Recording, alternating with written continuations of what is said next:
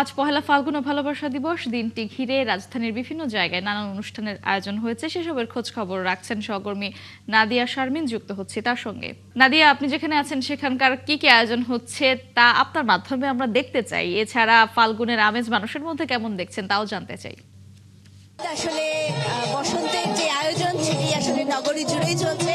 আমরা এই মুহূর্তে আছি ঢাকা রিপোর্টার ইউনিটির যে আয়োজন সেখানে।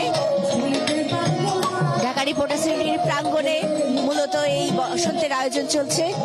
বসন্তের দিনে ভালোবাসার গান, এবং এই আয়োজনের মধ্যে যারা ছোট থেকে বড় বিভিন্ন বয়সী মানুষ তারা এসেছেন। তারা এই যে বাঙালির এই উৎসব, এই আয়োজন, এটিকে মন ভরে উপভোগ করছেন। গানের অংশটিতে আমরা দেখেছি বিভিন্ন ধরনের লোকসঙ্গীত সহ নানান ধরনের সঙ্গীতের মাধ্যমে এই উৎসবের যে আনন্দ সেটি প্রকাশ করার চেষ্টা করছেন।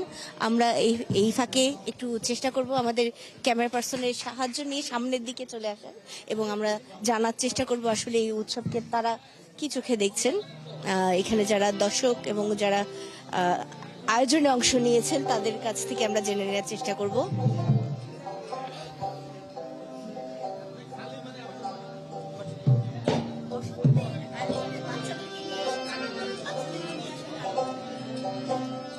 ধন্যবাদ। আমাদের দেশের যে সংস্কৃতি, আমাদের আসলে বেশ কয়েকটি সংস্কৃতি আছে। জানেন যে আপনার পয়লা বৈশাখ, বসন্ত উৎসব, এই যে সংস্কৃতিগুলো এইগুলো আসলে টিকিয়ে রাখার জন্য বা এই ছোট ছোট বাচ্চাদের তাদেরকে ভবিষ্যৎ প্রজন্মকে তাদেরকে এদের সাথে পরিচিত করার জন্য মূলত আমার নিয়ে আসা।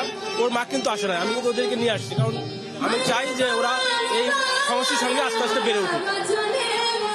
আমরা একটু গানটাও শুনে আসার চেষ্টা করি। এখানে যিনি গান গাচ্ছেন, আমরা যদি একটু মঞ্চে যারা আছেন তাদের গানটি শুনে আসার চেষ্টা করি।